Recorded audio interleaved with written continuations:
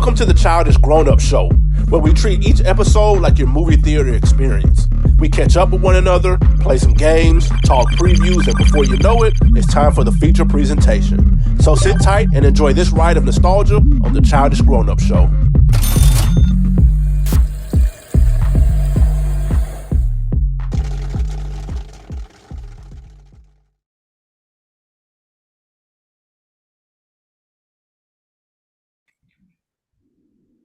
Welcome back to another episode of the Childish Grown-Up Show. It's your favorite day of the week. It's your favorite show to listen to every week, to give you that comfort, to give you that nostalgia, to give you those laughs while we talk about films and all things about us growing up. I am one of the hosts, Maurice Hunter III. I am here with my dope co-host, Mia B, Ash Bash. Ladies, how y'all doing? I'm doing well. Happy to be here. Yeah, doing pretty good. Feeling good. Ready to get into this thing. Oh, yes. And as y'all know, we're doing these films that are important, were important at one point, if not still, to our families growing up in our households. So hopefully y'all have been enjoying it so far. Y'all enjoyed our last week episode. And y'all also going to enjoy this week. A super, super big one today. Super big classic. So, we're going to get into that. But before we get into that, let's see about some of the listeners' thoughts on what we did on our last episode. So, a couple of the Stoop kids. One, Mama C, commented, and she said, I had a childish grown-up moment. Woo, woo, woo. Finally. Yes, she said, my husband bought me some coffee, and the flavors are Tootsie Roll, Sugar Babies, and flavors from my childhood. And when I tell y'all, I was jumping up and down like a child, laughing emoji, crying. His face was so funny. So the flavor coffee popping, huh, Mama C? True story, because she brought some of the candy flavor hot chocolate over my house. And I think I still have some in my kitchen. But she had like a junior mint hot chocolate, and that's probably I really good. like junior mint, but when I made the hot chocolate and we tried it, I was like, it's so good. So yeah, the mint people underestimate the mint in the hot chocolate.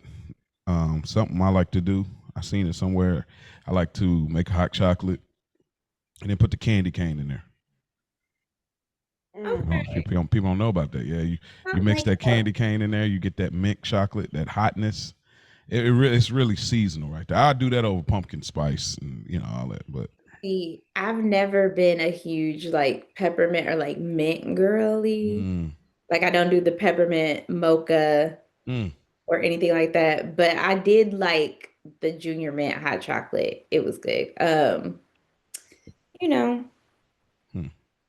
Do y'all like I think Ashton probably definitely know, but at Olive Garden they give you the little chocolates when you leave.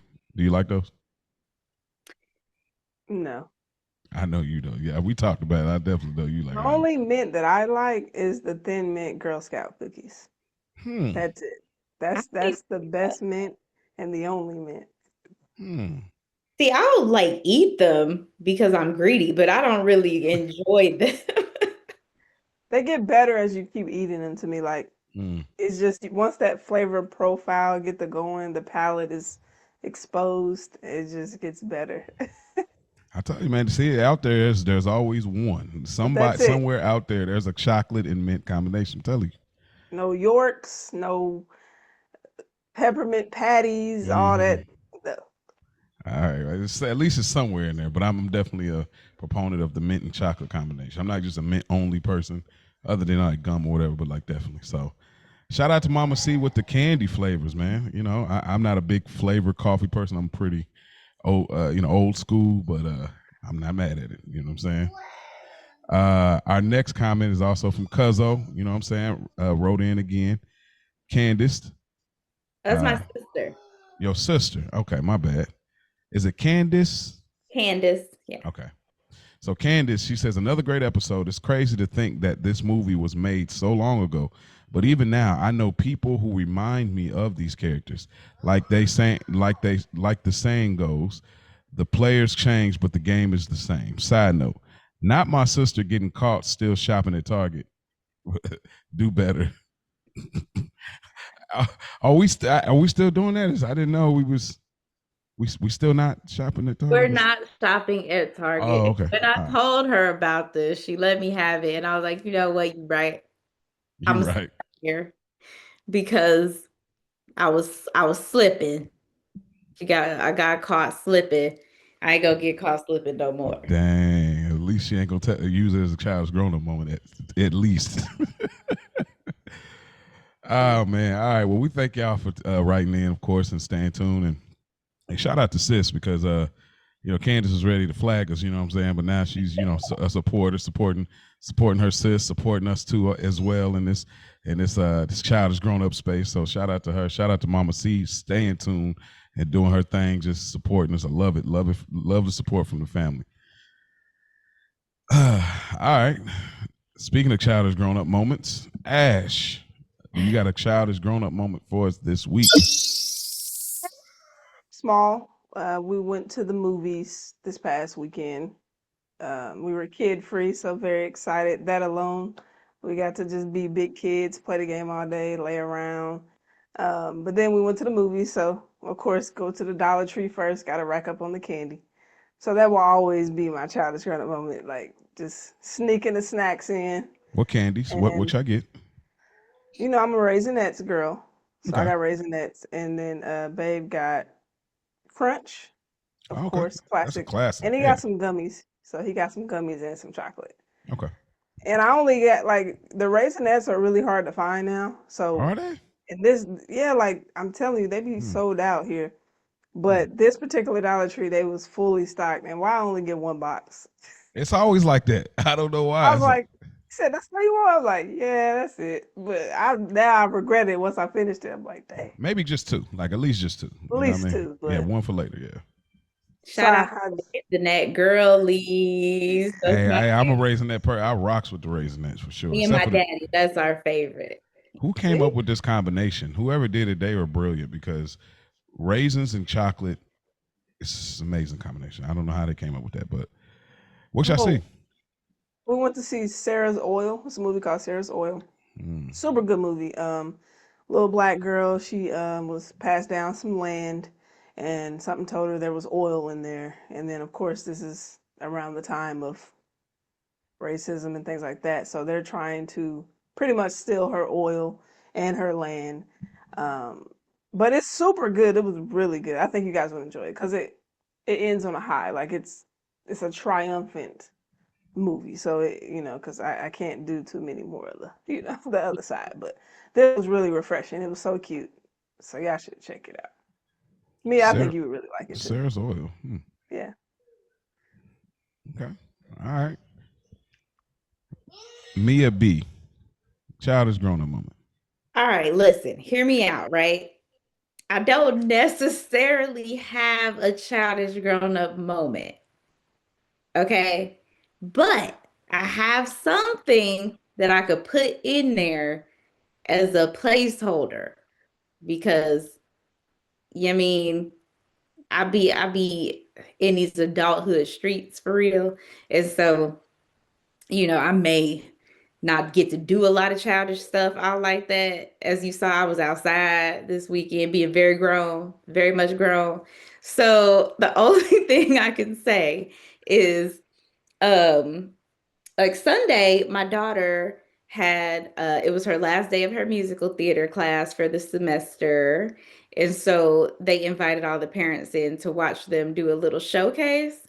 And they performed like Moana Junior, scenes from Moana Junior, which is like, it's Moana, but it's just like the children's theater's version of it. And, I got to see my baby act and dance and sing and do her little thing. And I was trying to hold my tears back because I didn't want to embarrass her in front of her friends. But I was very proud. So it's not childish, but it's cute. So we gonna roll with it. We'll take it. Yeah, we'll take it. Survey says. It's on the board. Oh man, that's good. My childish growing up moment was so y'all talk about back in the day. Y'all know I like things just always spawn memories for me. So back in the day, I remember like how big lyrics used to be. You know, we used to write the lyrics down before the internet was what it was, and we get on AZ lyrics or Genius now. You know, and I remember so a song came on, and the song happened to be "Forgot About Dre." Dr. Dre featuring Eminem. I remember me and my brother were so dedicated. I don't even remember how we learned this because we didn't write the lyrics down. We learned this because we had to catch it every time it came on the radio. Like back in the day, remember you had to actually there was no other access to like hear the song unless you bought the CD. And so I mean, when you're a teenager, you ain't really buying CDs like that, depending on, you know. So I remember we were for so long trying to figure out that chorus. And when the song came on, I it flashed me back immediately, and I was so hyped about the fact that I know it still. Like nowadays, everybody want to talk. Like they got something to say, but nothing comes out when they move their lips. Just a bunch of gibberish. Motherfuckers, like they forgot about Dre. What do you say to somebody you hate? Like, bro, I was so excited because I remember like how hard it was when I finally got it accomplished back in the day. I was like, yes, I got it. You know, I mean, it was just stupid excited about learning those lyrics. And of course, Eminem, I don't like how people hate on him like they do now because Eminem meant so much to us, and he was such a fun artists in our time, and I think people just kind of like change the conversation, and like just hearing what he was saying, like you know, just like you know, just like the lyrics he was saying on that song is crazy. Like I'm hotter than two. I said a twin babies in a car with the windows up, and it's in the mid '80s, calling men ladies. Like he was just getting off, like you know. So and then Dre was talking that talk for real, even though M wrote it, of course, but he was talking that talk. So that song spawned how much I remember wanting to that I wanted to learn that lyric specifically because it was so smooth how Eminem did it. And so just hearing it now and knowing, saying it effortlessly after so many years, it was just so dope. And that was definitely my childish grown up moment, just lyrics and trying to memorize them back in the day. Shout out to Spike Lee for reading the booklets to get the lyrics, you know. So he always talks about that all the time on deck. So, and those are childish grown up moments, man. Again, similar to Mama C, y'all can leave your childish grown up moment on under this video. If y'all listening, y'all can leave a comment. You know, of course, leave an Apple review, or the easiest way is to send an email, childishgrownups3@gmail.com, or follow us on Instagram. Goodness gracious, the Childish Grown Up Show, no spaces.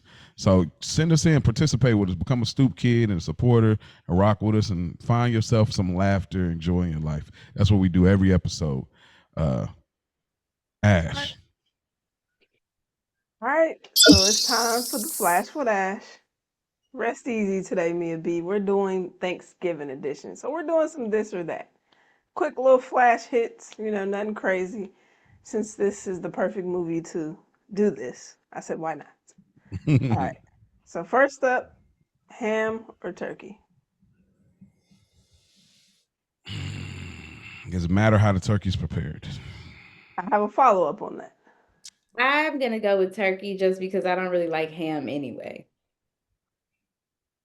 Yeah, I'm gonna go in the Thanksgiving season. It's turkey. As dry as it gets. You know, what I mean, I gotta go turkey. It's just I look forward to it. Like whatever. I mean, you know, even though I eat turkey throughout the year, you know, sandwiches and all that, but having that actual turkey, you know what I mean? Yeah, it's a turkey. All right. I'm going ham, actually. I don't eat ham throughout the year other than Thanksgiving, but something about that hot honey ham and that pineapple slice on it, like it's just. It is bomb. And then you even when you're done with the Thanksgiving food, making the ham sandwich on the breakfast side, throw a fried egg on it, like you can just really, and it's juicy. So The ham yeah, ages better than turkey. absolutely I so I good. will say that. But yeah, all right. So back on the turkey, are we going fried turkey or baked turkey? Fried. I mean, yeah, it's fried. Like, come on. Fried turkey, girl. What'd you say? What'd you say? So what you know about fried turkey, girl? Girl, I'm not frying no turkey, but whoever's house is frying the turkey, I will be there because I prefer a fried turkey. It is juicier, Mm-hmm. better flavor, Mm-hmm. all of that. But I'm gonna take it either way because I'm not cooking it. But I do say fried turkey. Hey, don't sleep on a crock pot turkey. A I, lot of people don't know about that, but that crock pot turkey we had one year when Dad made us, and that was the juiciest turkey I ever had. Like I couldn't believe how juicy it was. And our crock pot, we didn't have the lid or nothing. We had just foil, and it still got busy. I was like, dang, I said, because he did both. He had fried and because he had the smaller one for the crock pot, and low key, I like that better. So I'm still trying to figure out. I even this year we're still trying to kind of figure out. I'm even thinking about going with the dark skinned turkey. You know what I'm saying, like a pot roast. Okay. I'm thinking about it. Like I'm just like I like to figure out a different. You know what I'm saying? A little dark skinned turkey. Yeah, I know I'm Hey, ignorant. represent. You know what I Yeah, I mean? know I'm stupid. Anyway, go ahead. I'm going with trips on that fried turkey all day. Haven't been back since I've been Mm. introduced to it. So, all right, greens or green beans? greens. Greens. I'm going greens as well. Mm-hmm. Deviled eggs or potato salad? I'm going with the eggs. The eggs have a sophistication to it. Even though like the potato salad is good to like for those who like to kind of mix it up. Like I'm a get a scoop of that with a scoop of something else for those that don't mind their food texture. It works in that convenience, but it's something civilized about them eggs. Like having that little, it is. It just you feel like it's a delicacy. Like you get that egg, it just feels sophisticated, and I just always like it. Then you get the little paprika on top, get that little dark red. Like it just looks. It's one of the most beautiful looking, like small. Messy though. It gets a It little, is. It it's is. a lot going on there, but I will go with, for the purposes of Thanksgiving, deviled eggs as well. Somebody gets a cute little piping Yeah. Yeah. and, delicate. It don't gotta be messy. But I I'm not mean, going there today because I almost said something ignorant. But We gotta get you there. I don't know what it's gonna take. We gotta get you there. I'm not she's gonna say there. that. She's there. It's It's too not early just in me. the show to be acting crazy already. Okay. All right. We do have a scene. No, I'm just playing. Okay. I like potato salad and deviled eggs. I really prefer, like, want both. It's Yeah. just two separate experiences. But I think I'm gonna go potato salad Mm. because Dad he just makes some fire potato salad. It's so good. Like, so my dad specifically. But all right, There's my mother-in-law. She made it from scratch. That's right. That's the best potato salad I ever had. Like no store bought anything. Every piece of it was from scratch. Boiled potato, everything. mhm. That's that. If I have that, that'll always beat the egg out. Like, but most times it's like we don't shortcut it. You know what I mean? Get a couple of this, add a little egg here. You know what I mean? But like if you make it from scratch, then it's definitely that for me. But yeah. All right, two more and we out. Pumpkin pie or sweet potato pie? Girl, come on now. Gotta ask. Some can, people, can I say can neither be an answer? no. I guess it'll be sweet potato, or I mean it'd be a different pie to be honest, even though it ain't an option. Like, Sweet potato. but it's sweet potato if I had to pick between the two. I want sweet potato as well. I'm not a fan of either, really. Like, I don't know. Hmm. Like, I'm not a pie person other than, yeah, I'm not really a person. Like no chess pie or pecan pie or I like apple pie with the crumbs. apple Like, pie. that Yeah, one look the has crumbles. the, Yeah, I'm a like texture kind of person. So, like, it's too soft. yeah, Like, too I don't like soft. all Yeah. that soft mushiness. It's just a thing for me. But Try. anywho, There's a Patty LaBelle pie Sure. that's got a softness to it, but it's not sweet potato. tried it. Yeah, it's like a buttery pie. It's really Chess good. pie? What is it called? Are you saying chess pie? It may be chess pie. Hold on, I'm gonna ask my Chess wife what it is. pie is pretty much just eggs, butter, and sugar, and that's it. And It's super delicious. sweet, ain't it? It's very sweet. Yeah, I've had it and it's too sweet. But so yeah, we're going trips on sweet potato pie. Lastly, Buttermilk pie. What? oh okay. It's really good. That Buttermilk. Hey. sounds rich. Oh, it's a Patti LaBelle. If y'all see that in the store, cop it. I promise you, that is that one. Like that buttermilk pie. Phew, wife Okay. put me on to that. I'm a fan of butter, like anything buttery. Like Mm-hmm. you can get me there pretty quick. But so the final one, are we doing our dressing with turkey in it, or you like just the dressing, like no meat? This is an important question, I know. So I'll say this. Um, my mommy, she uses chicken, Mm-hmm. like Cornish hen, Yep, that's raw, exactly. and like the pieces of that. Mm-hmm. And I really can't have it any other way. Like it's just the way she makes it is really the only way that I Mm-hmm. like it. So Like we grew up without it in there, and then when I got older, my father-in-law made it with like the same thing, the hen, and I thought it was chicken or whatever, chicken hen, whatever. Uh, it's chicken. Yeah. really delicious as well, but like, and I haven't had it in years. Like they haven't, mom or dad haven't really got it back to how I remember it used to taste. It's a little bit of cornbreadiness, but a little bit of savory. But I probably go with the non without it. You know what I mean? If I got enough different proteins on the plate, I go with non. You know what I'm saying? But I can get with either way. But I go with just stuffing, dressing, whatever without. I'll go without as well. I haven't had it with Cornish hen, so maybe I would have to Mm. experience that. But I know last year Dad made it with turkey in it, and it threw me off. I was kind of upset. I was like ready to dig in, and then I'm getting strings of turkey, and I'm like, Dad, Different chews. you put turkey in here, bro? He's like, No, Dad, you did. Like I'm tasting the strings of turkey. Like Hey, he you was have saying, a no, certain way fam, I that you didn't. do it. Like so, I just prefer it without meat because I already have my turkey outside. Yeah, no doubt, no doubt. But that's all for the Flash What Ass today. I hope I'm getting y'all ready for next week. Yeah.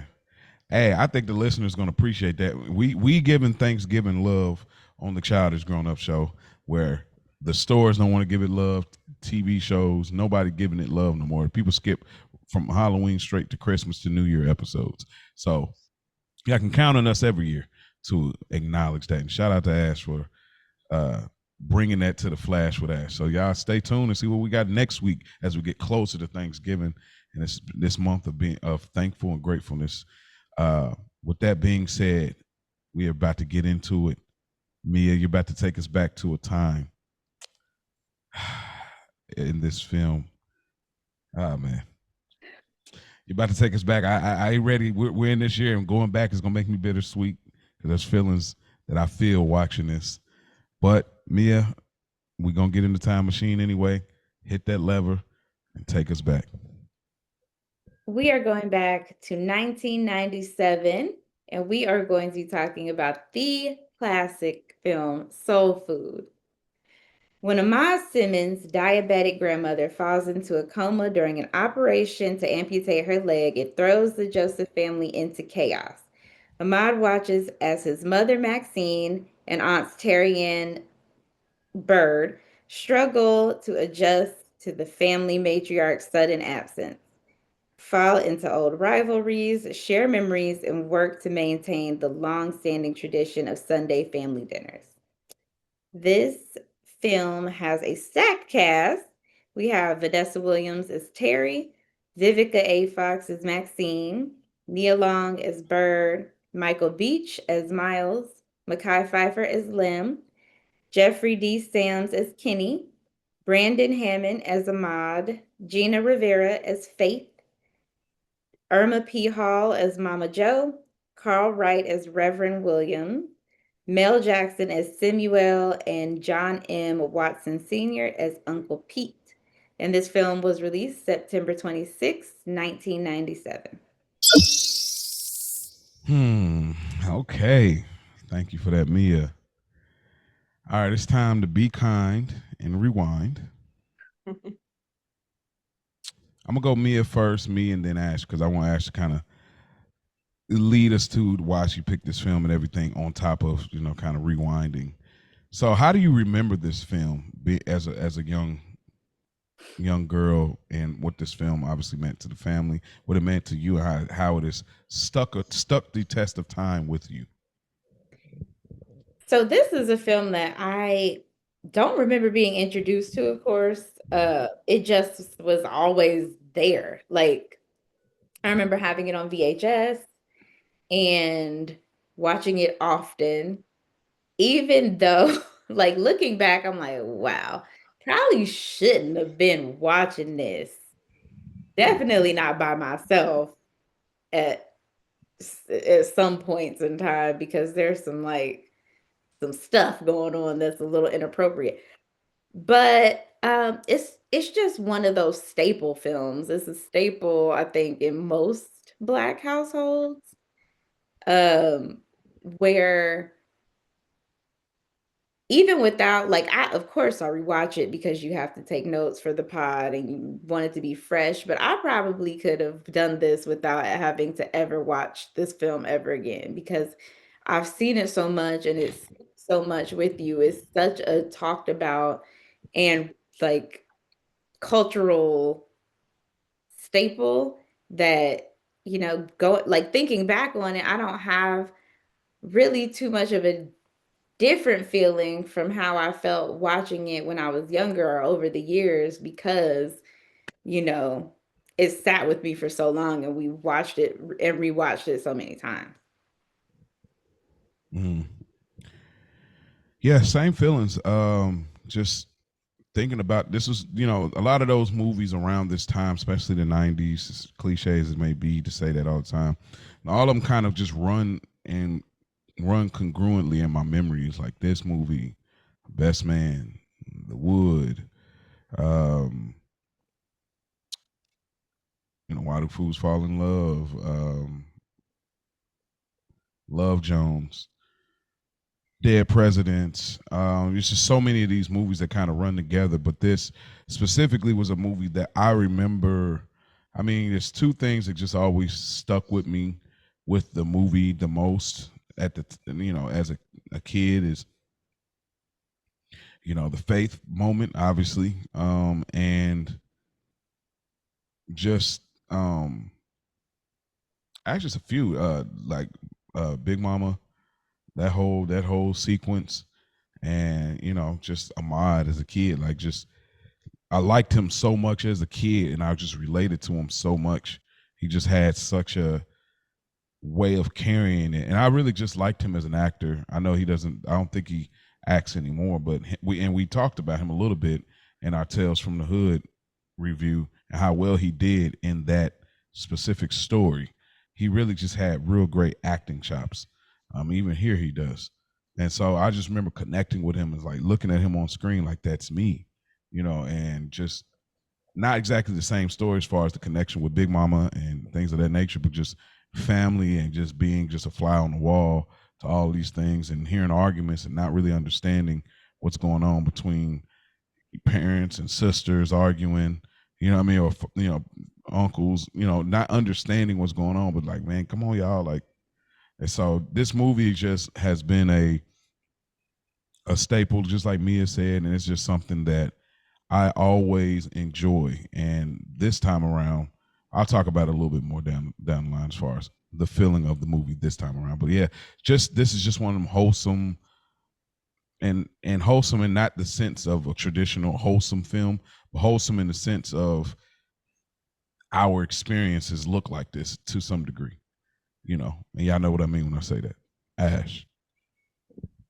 Yeah, I mean, y'all really said some beautiful things. I mean, we're going trips for sure. Like you said, bro, it's just a certain collection of movies that you just remember having in rotation, and this was definitely included, like one the classic pile, I would say. Mm-hmm. I don't remember how we stumbled across this, but once we did, I feel like we watched it around this time every time, especially just because of the food aspect of it, and then you know, the narration from Ahmad, like that just stuck in my memory for years, like Mm-hmm. the way, he's telling it from his perspective.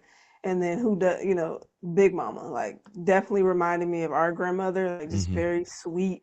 And there's just this aura that was around her, and it just it just reminded me of our grandma, like our mother's mother, rest in peace, like just the sweetest soul that you could ever meet. And so that Big Mama pool was always there, and it was still there this go around. Mm-hmm. But yeah, just phenomenal cast, playlist, Mm-hmm. crazy insane. I Mm-hmm. mean, those two alone, like it was just destined to be a classic. They got a really good score on Rotten Tomatoes. It's like in the 80s percentile. And again, Yeah. I don't really care about Rotten Tomato scores, Mm-hmm. critiquing our movies.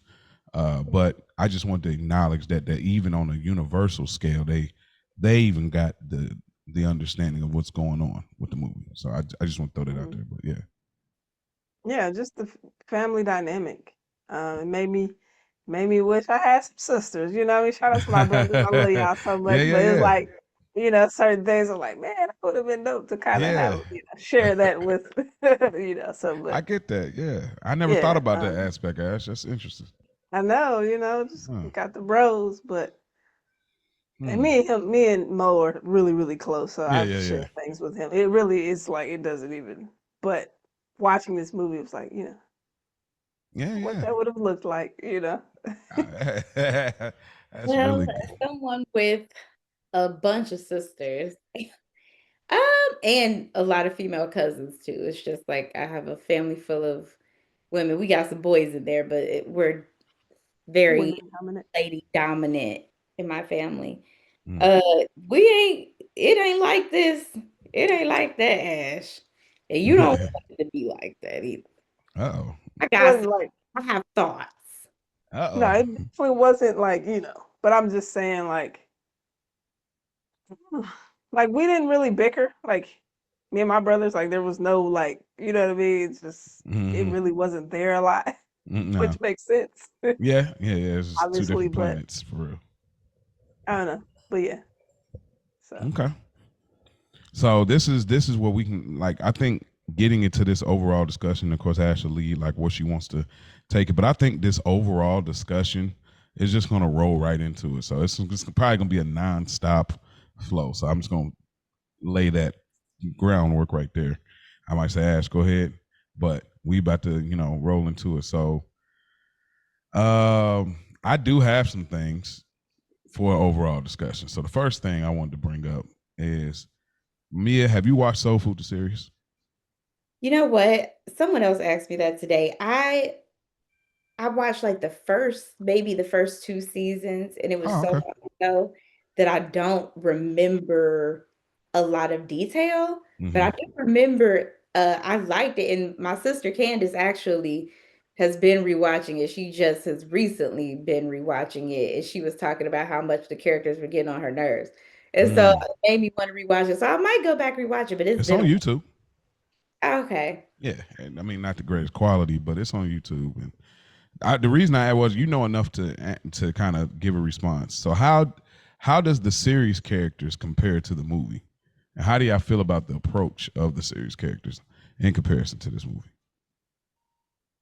I was pretty aligned, especially I think with Terry they nailed it. But I would Yep. say with Maxine and Kenny, I mean, because we didn't really, it wasn't a lot of friction or anything going on in the movie for Maxine and Kenny, but I love how they branched her character out more. Mm-hmm. Like, obviously, she was a stay-at-home mom and stuff like that, but in the series, she wanted more. Like, you know what I mean? She needed more than just being the wife and the mother. So I love, and obviously, we know they went through so much. Mm-hmm. Bird, see, in the movie, it's kind of like it felt like she was just beginning her like salon career, like, but then the series she just seemed really established, Mm-hmm. and Lim was he's still kind of struggling to find work and kind of find his footing. But I mean, I think it's a pretty good transition. Like, Yeah, I track think real the well. series just elevated to me. Mm. I think they did good. The only thing that was that threw me off a little was, child, I will always like going from Mackay Pfeiffer to Darren's dance grooves. All Okay, right, all right. Hey, hold up. I told can't, you. like, don't get me wrong. Don't get me wrong. it was he has his place and he cool, and I go up for Darren's dance groups. All of that. Because I will always every time I see him. That is crazy. I get it though. I get every that. time I see him, I think about the infomercial for Darren's Dance Grooves, where he was teaching you how to do the NSYNC "Ain't No Lie." Bye, bye, bye. Oh. Always just see Darren, and I've called him Darren's Dance Grooves ever since. Now, Mekhi Phifer has like that rugged street quality where you really believe like this man was into stuff. He went to prison, he got out, and hey, you could come home from prison and you got it like that. Now Darren's dance grooves don't get me. You gotta watch the 5 Darren's seasons. dance grooves. That's good. That's a good bit right there. Like Ash. Like I'm not saying because he fine. Like he fine. It's fine, yes. But he ain't. So that, because I mean, I feel like it was around the same time, like those tapes were circulating right before, like, you know what I mean, and it wasn't a ton of gap between time. But I never even really like I thought he was already an actor and this was a side hustle. So I guess like the way it was introduced for me, I never looked at it like if it was your boy, what's your boy that the gay dude that does the workouts that was back in the day? Like, come on, girl. Sean T. Like, if this was Sean T, I was introduced to him doing, or if this was like Billy Blanks, then it'd be like, oh, I was introduced to him like this is Tybo. You know what I'm saying? Then he's playing Lim. But I guess I wasn't introduced to him that way. But I thought it was like an after the fact for me. So I do understand, like, if the way you're seeing him, if I had seen, Tybo or Sean T first doing that stuff, and then all of a sudden you're acting, which you're doing a good job of acting, but I'm still thinking about that, I would understand. But that's the beauty of like the experiences, like your family always talk about, like how our different experiences. So what was you gonna say, Ash? Though you said something while she was. Oh, don't play with Darren DeWitt Henson. Okay, first of all, he's fine. Second of all, him dancing along with acting is just a bonus. Yes, I'm not saying that I don't enjoy him as an actor, because in Stump the Yard, I loved him. It was perfect. But he still was Darren Dance Grooves right there. As an ex-convict, absolutely, it's supposed to have a little bit of that, that rough and tumble, that rugged. Darren, because I see Darren's dance grooves. Forgot about Mekhi once Darren stepped on like the series, like he is Lim Van Adams. Like, hey, Candace, right in, like right in. No, seriously, like right in. What do you think about Lim, the transition? Because obviously that's the one we kind of hung up on a little bit. Right in about it, like since you're watching it in real time, what do you think about Darren Dance Grooves Henson? You know what I'm saying? What do you think? Do you think he's pulling it off? And also, is it worth me to go back and watch it? And if however it is, So that's good. One thing I'll say this. This is just a statement I want to make, but I'll make this after the fact.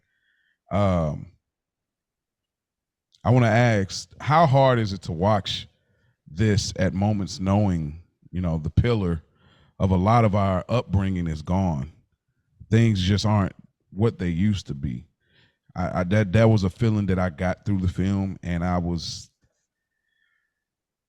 as a kid, I remember the feeling. I was just like, oh, okay, this is just how life goes. But as I got older, I realized the sensitivity of it all, and I wanted to know how did that make y'all feel watching it? Personally, it didn't take me there. You're saying like with her being diabetic and it taking its turn and stuff like that? Yeah, just the idea of what the family once was versus how it is. Like in our life. Like in our life, like how you could see that change. Like sometimes it is like a death, like as big as Big Mama, or sometimes it's something that just changed the dynamic. Is like it'll never be what it used to be, and you eventually have to go forward and figure out how to keep it going. But I don't know. That's kind of like Big Mama is a concept for me in the sense of the old guard or how things once was to like now it's on us and how do we go forward. So I that's more of the question that I'm getting at. It's a really good question. It's a deep question, but because for me, like when I was like our family dynamic, like our personal family dynamic, like it takes me back to when we grew up in the house together and we had Thanksgiving and Christmas and everything that we celebrated as a family, dancing in the living room. So like, do I miss that? Absolutely, but it's not like I don't know. I'm not feeling like I'm missing something.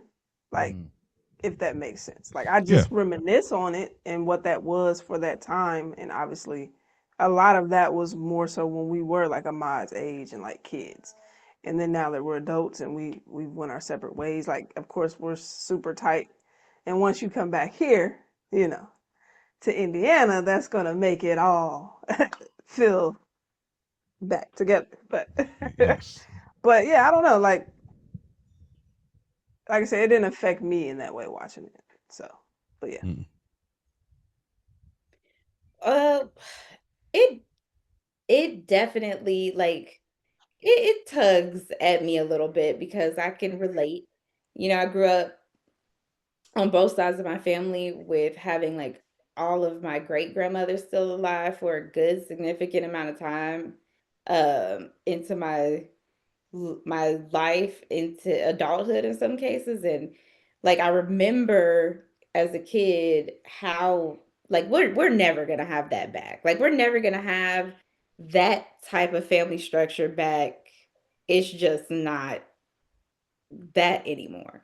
You know, when we had like really strong matriarchs in our families where we grew up with big extended families where Sunday dinners were really a thing, big holidays where everybody is there and you have a lot of cousins and you have a lot of aunts and uncles um and things just like it feels really nostalgic to watch it and remember how that was. Now, even now, like I'm still very family oriented and like holidays, especially like at my dad's, a lot of like we still have a lot of people.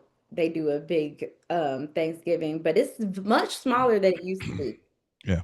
And the structure of the family is just so branched off. I feel like we're all so independent. We have our own little family units and we stay with just like our own, like we don't it's not the huge where we have Big Mama and all of her, grandkids, great grandkids, great nieces and nephews all together like that anymore. And it is something that I wish that my kids could experience in the way that we experienced it in the 90s when before, everyone was so accessible online and we didn't really feel the need to commune that way anymore. Yeah.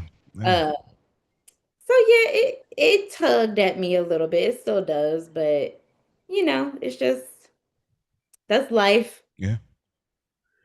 It definitely did for me. Maybe like I said, not so much the intermediate, not so much the intermediate family, but like more extended.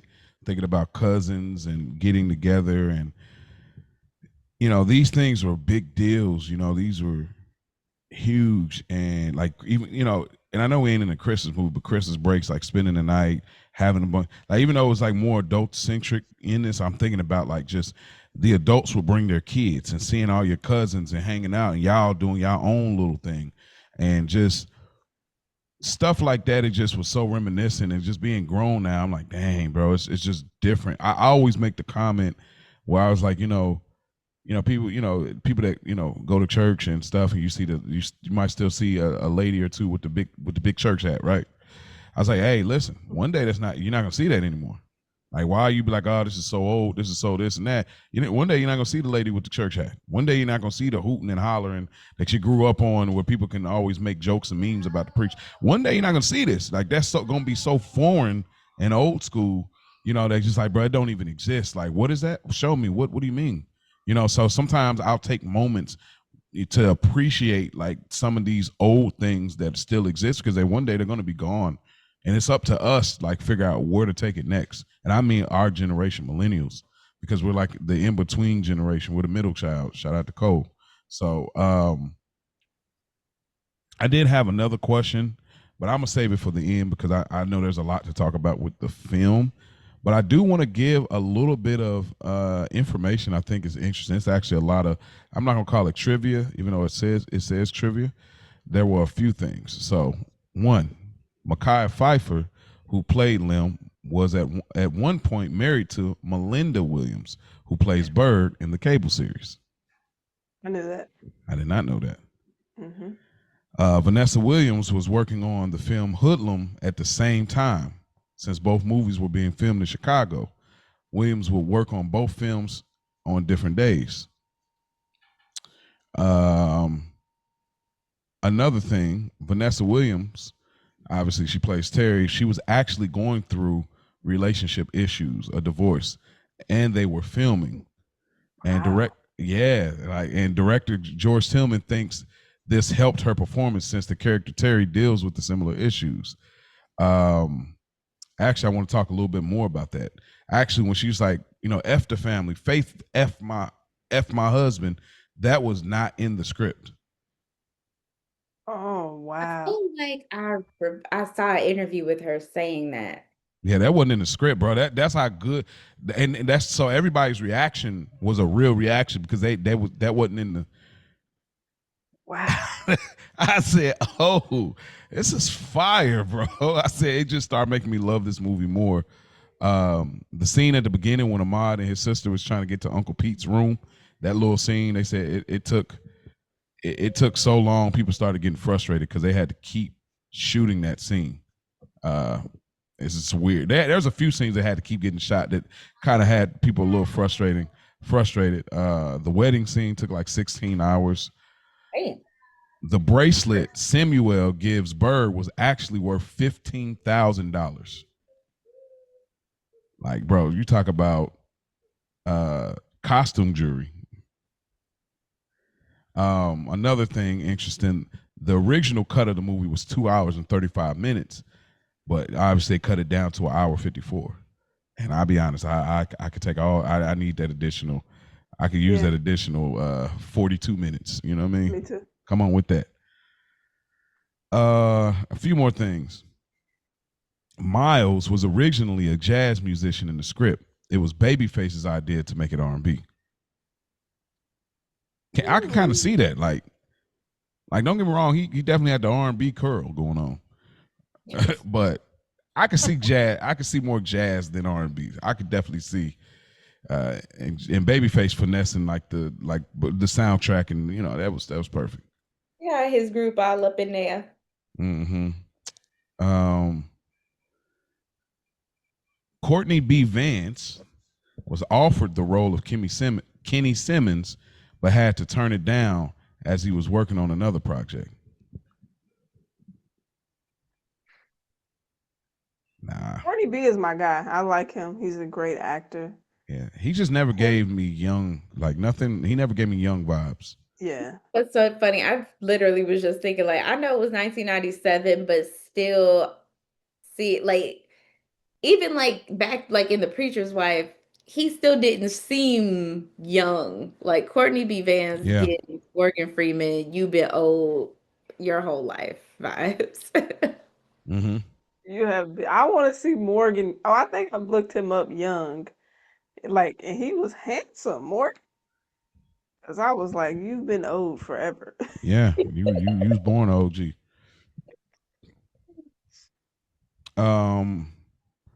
Two more things, and then we can get into Ash. Malik Yoba originally wanted to play Kenny.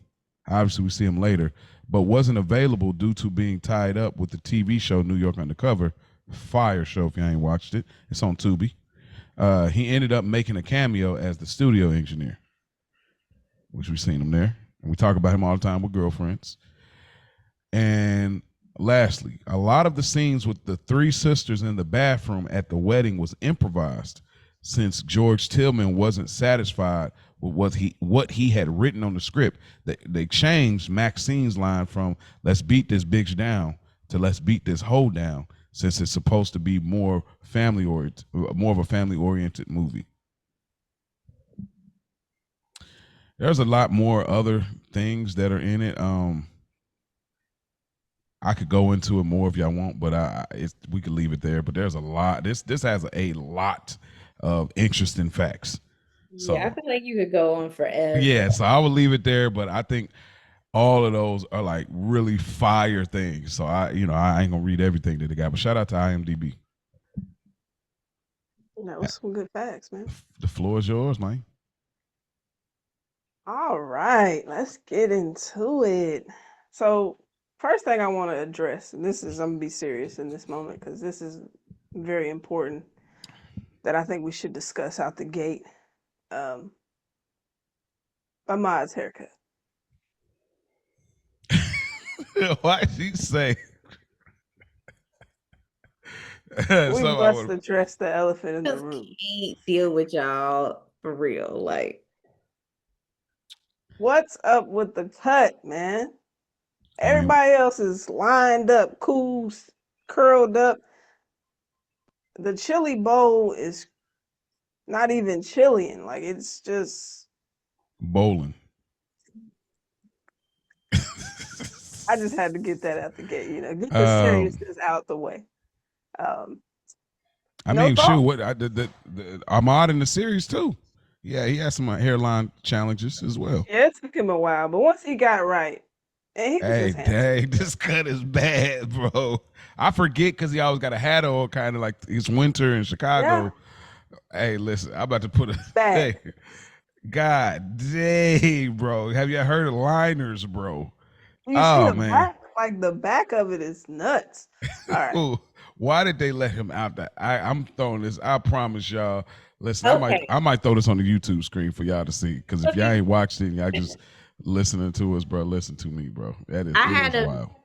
I had a man tell me recently, probably like earlier this year, because my son's 6, and he gets, he said that back in the day, like kids' haircuts, they didn't get like. Yeah, that's true. That's true. Because they didn't want to push the hairline back or something like that. I don't know. Yeah. But back in the day, they didn't cut kids' hair the way that they do now with the fresh, you know what I mean? And so that's how little boys' haircuts were back then. I just remember my cousins, they had curly hair with a little rat tail in the back. So I don't know. Yeah, no, that's true. That's true. Because plus little kids move too much. Like I cut my son's hair, and he moves a lot. It is a thing. I mean, he's a little older than that point to be just moving around and stuff, but he's still young enough to still feel like the clippers are too sharp and like, ow, like, all that. Ash, you are hilarious. Please, girl. Hey, you ain't click on the chat. Go and check that out, man. Just click on the chat, man. I hit the laugh on it. Yeah, that's crazy. Like, just take a look at that real quick. They just went like this. Like, all right. No, real talk though. So it's y'all fault. I wanted y'all thoughts. Please, come on now. They just literally just. And he's a good-looking kid. That's what's crazy about it. It's like, bro, he be straight. Just get him, Like, come on, bro. Just buzz it. But anyway. So I wanted y'all thoughts on Terry's demeanor out the gate. Like, the opening scene, like, with them at the wedding. Mm-hmm. Like, she didn't even want to dance with Miles. And so I want you guys' opinion on, like, what's up with that? This is the beginning of the movie, so we don't know all the other things. But, like, you didn't even want to dance with your husband at this wedding. I think we see out the gate, Terry is kind of a bitch, but I feel like as we learn more about her character, that might be justified. It is to some degree. I mean, this is out the gate though. Like, well, you got to remember we're dropped into the build-up. We're dropped into the middle of something though. Mm-hmm. Yeah, this is I love when we're shout out to our big cousin Coach Garden. They talk about it all the time. But same here. Like we're dropped into the middle of the world. So when we're dropped into this movie, we are to believe that things had always been this way, and this is the moment that things make a shift.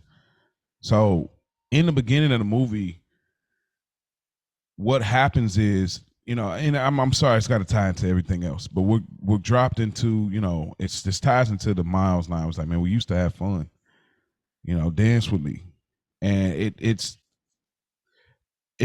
all of the things that she deal with at work, and all the things that she deals with the family is, and Miles is her whipping post.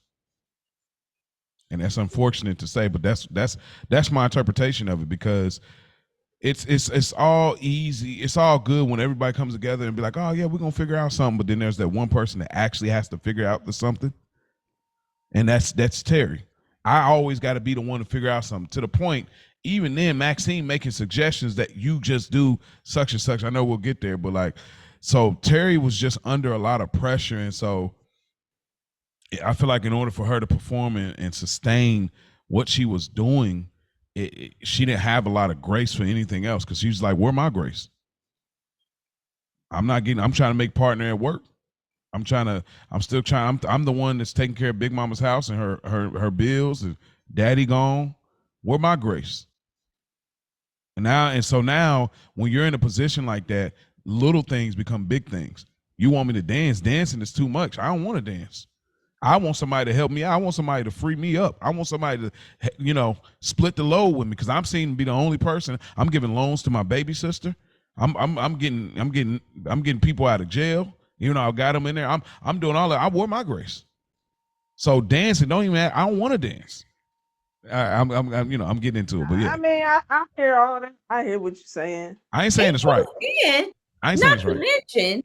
Not to mention, my sister stole my man. Yes. In college, got married, had some babies. It kept coming around. I'm still side eyeing you because your sister's man, girl. Listen. Oh, that was completely out of pocket. And so again, Terry has some reasons to feel the way that she feels. I completely agree. As far as her marriage goes, like you said, with that load being so heavy, we see what happened. Again, I don't condone it. In my Martin voice, I don't condone it, but I understand it. I see how we got here, right? And so I was just saying, because that was like the cold shoulder was on the instance. I was just like, hey, I wanted to get y'all's perspective on that. But I got a question to ask, Ash. In that, you spawned something. So do you think, because I feel like you're in the Terry kind of, I know you're going to move it however, but you're in the Terry character. Do you think that she's settled for Miles? Thanks. So this is marriage number 2 or 3 at this point. I can't remember. This is marriage number 2. I don't know. See, I wish we got more context on. I would even take a prequel. Like this could serve a great prequel movie. Not series, just a movie. But only reason I asked because when she has the conversation with Kenny in the kitchen, it's just almost as if Terry needs the opposite for her type of personality. You know what I mean? Like, because Miles says we used to have fun, and they. I'm not saying they didn't. They probably did, but maybe it was more fun in the sense of what he likes, fun wise.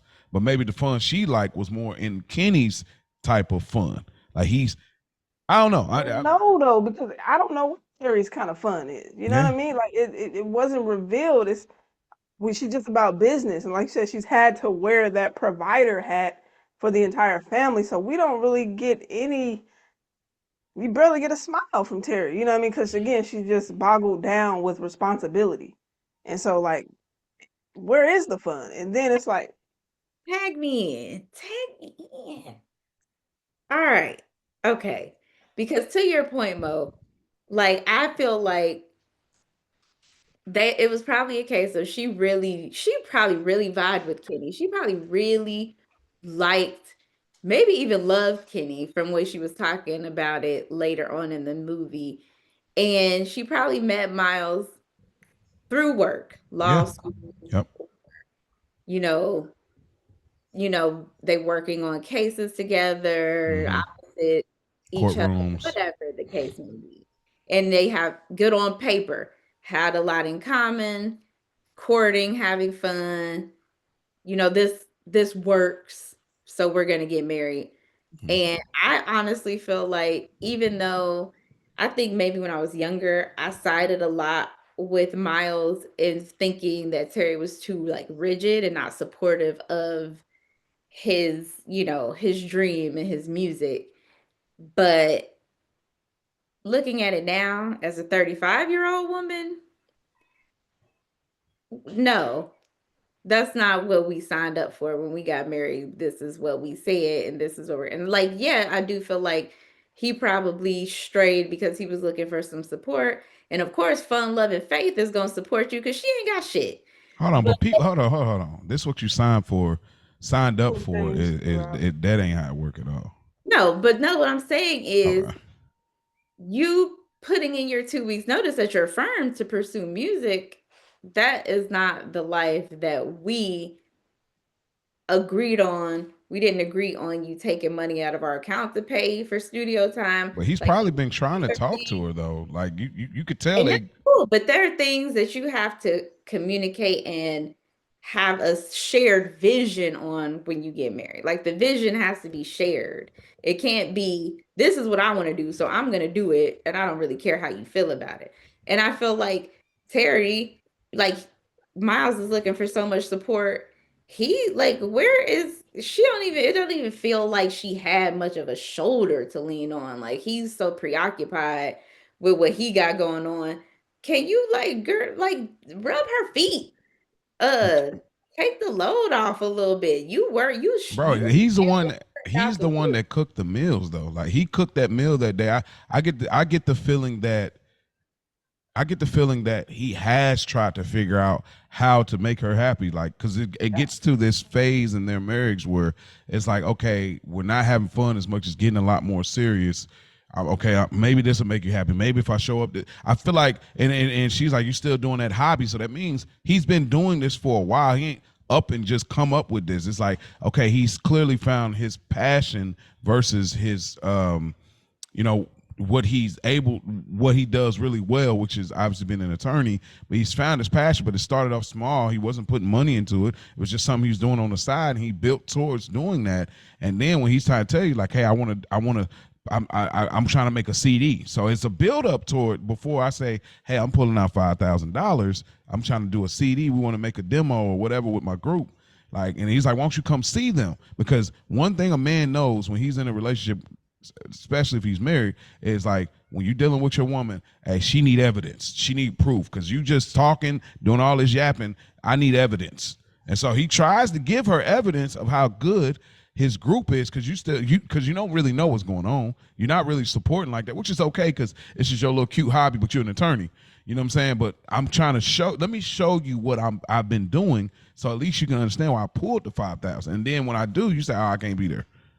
Okay. So I'll say it this, Well, because as a person who I it's gotta make sense. It has gotta be logical. I will say this. I don't think that he was wrong for wanting to do music. I don't think he was wrong for wanting to quit his job and pursue music. I just don't think Terry was the woman for him to do that with. And they were just not compatible. And that Mm, him straying with her cousin is foul. that's a whole different So, thing. percent, we uh, know that that damn near and unforgivable they probably should have started talking about uh separation. separations way before it got to that point in the first place. But I feel like, and I have them in my, Terry and Miles, so I'm like, we're kind of tapping into it now. But I do have that is pretty a bulk because it's so complex. Mhm. So whatever you think, bro. If you want to tap into it or just Yeah, I mean, you already into it. If you want to, you want to go, because yeah. I didn't mean to do it, but I feel like that opening wedding just is the preset to everything that we get to kind of like, oh, this is why. So if you watch the movie in loop, you understand how we got to her doing that. But go ahead. Oh yeah, let's just get into it then. I do feel like they both were unhappy and they grew apart. Like they're obviously financially sound, right? Both attorneys making great money, and he should have communicated with Terry about taking out the $5,000 because we do have a joint account, and there's just a certain limit that we need to discuss if you're pulling out. Period, and that amount is up there. So he should have discussed that with her, and then her breaking down his half of what's actually his in the account is kind of a low blow too. Like, okay, relax.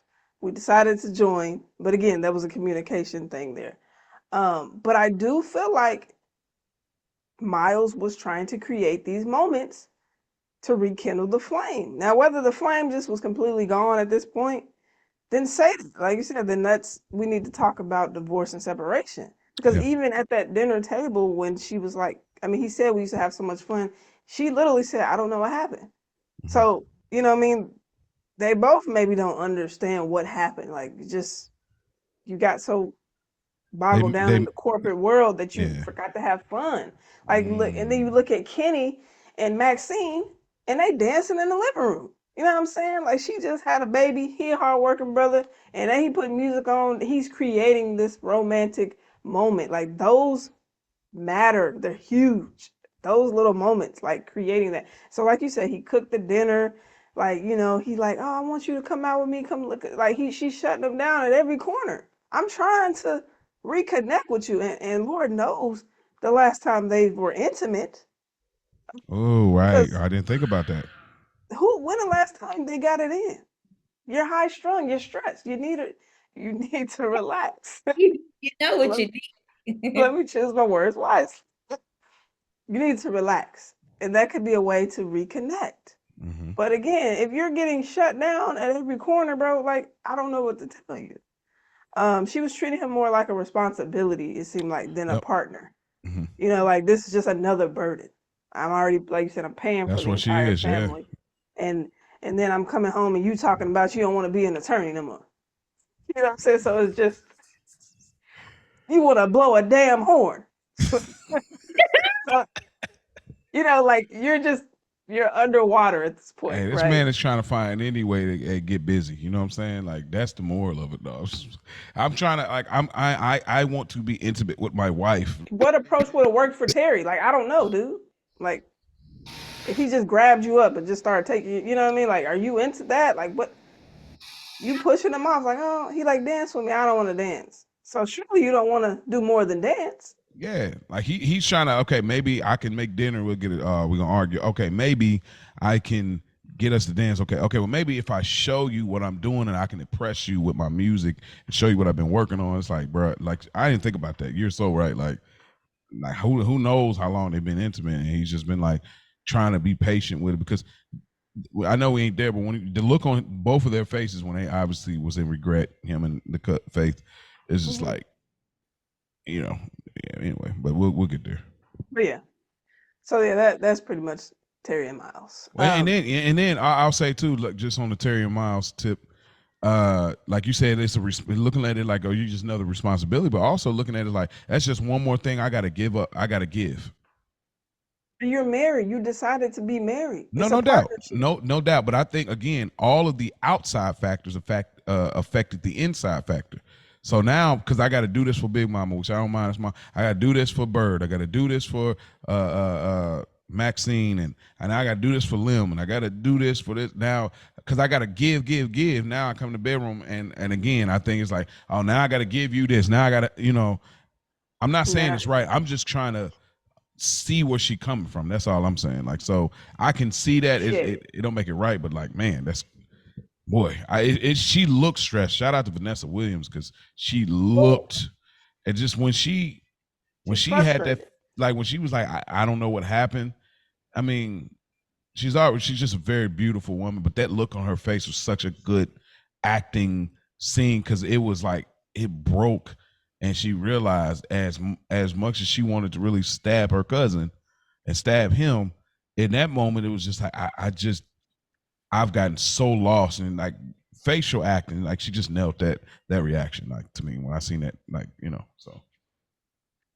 Hey, when we talk about faith, Yeah, man. listen. And faith is more freeing and vibrant. I don't do the corporate 9 to 5. It's everything. Miles is like, oh, like I'm leaving my corporate. I'm going into music. You're already free as a bird. Like there's something attractive about a person that is willing to go outside of the lines. Mm-hmm. And you just get drawn to, like, I'm drawn to people like that don't work a 9 to 5. That just Had the not on a audacity. romantic level, but just drawn to your person. Mm-hmm. Like, man, like you really do this? Like, yeah, I drive Lyft for a living. Like that's what I do. I drive Lyft, Yep. and they're happy as can be. I'm Unconventional. like, I love that. Yeah. But she was validating him, supporting, showing up. Anyways. But just to kind of take it back, Mia, I have a question for you, Mia B. When Lim was dancing with that woman at the wedding, if you were Bird, what would your reaction have been? Listen. It wouldn't have been no talking. Like the way me and my sisters, cousins, friends, and loved ones would have been whooping her ass, it wouldn't have even been, the reception would have been over. Lim would have been getting his ass whooped. She would have been getting her ass whooped. And everybody, it would have been an all out situation. Because What are we doing? what are we doing? And She is out. They are out there hunching on the dance floor in front of my nephew and one of my moms in front of my mother, my reverend, just said I do. out here at my wedding in front of my family. We just said I do. Literally out here just Throw it in a circle. throwing it. Throw it. Girl, what? Listen. How would you Problem. be addressing Lim? Like, how does that look? And you just married him. Like, what does that conversation look like? Like, is it I don't now or? And so I feel like it was very sweet the way that they handled it with Big Mama coming in, saving the day. However, that's Big Mama. Mama C probably would have snatched the heifer up before anybody else could get to her because my mama is not the one or the two. Like, it would have been, listen. What got me was the Numbers. fact that what got me was Bird went out there to see for herself and And then he went back to her. her. Bro, no. Yeah, that was crazy to me. But I just wanted your thoughts. Your answer is what I expected. But you know. Okay. My next question to you all was She was getting busy on them too, by the way. Like she for was sure. getting to it. Like, I mean, the dress was and she was worse than Say the Last Dance scene. Way worse. Like, just keep it a beat. That's all. That's a little sidebar. Go ahead, Ash. Well, this is a little about Terry, so maybe I'll skip that one since we kind of already. You can come back to it if you want to. Yeah. Let's talk about Lemon Bird. Oh man, I know. Where you want to go? What you got to say about them, Ash? Because I know you talk about one particular scene over the years as being siblings that you really just like, hey man, out of pocket. First of all, Simeon too. Let's throw him in there. Let's just mix all that up. Kool-Aid lips. Completely out of pocket. But one thing that stood out to me was when Bird was saying, when Lim was trying to express to her that he was having trouble finding a job, and she was like, "Oh, that old white man shit is outdated," or something she said. And I thought that was kind of out of pocket because again, you will never know what it's like to be a black man in America, and so for her to say that, it felt really insensitive. And he had a record. Like, come on, like no one's knocking at his door. You know who your man is, and so like that statement to me, like I didn't even until I watched it this time. Like, oh wow, that was very insensitive. And then his response, of course, was amazing, which I got in another section. Yeah, But anyway. same.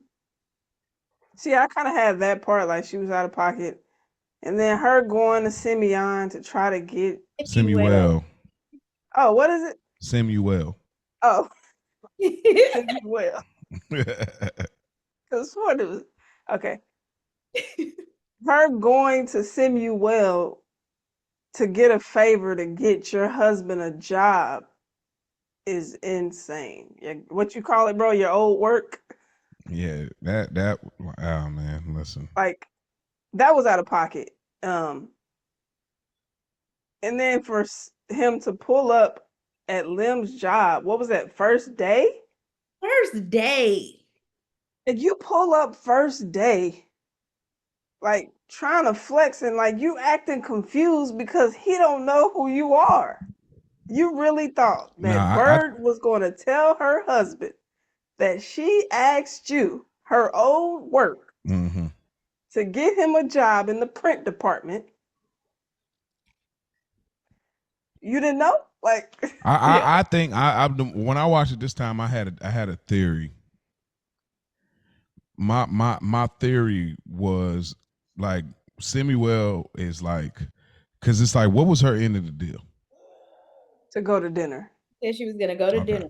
All right. But obviously she knew what he thinks that means, right? So my thinking of the whole thing is, oh, you knew that you wanted to do that so you can get him to react. You know what I'm saying? The way he was gonna react, you knew what it was like. He's not stupid. Like he's an important figure of this business.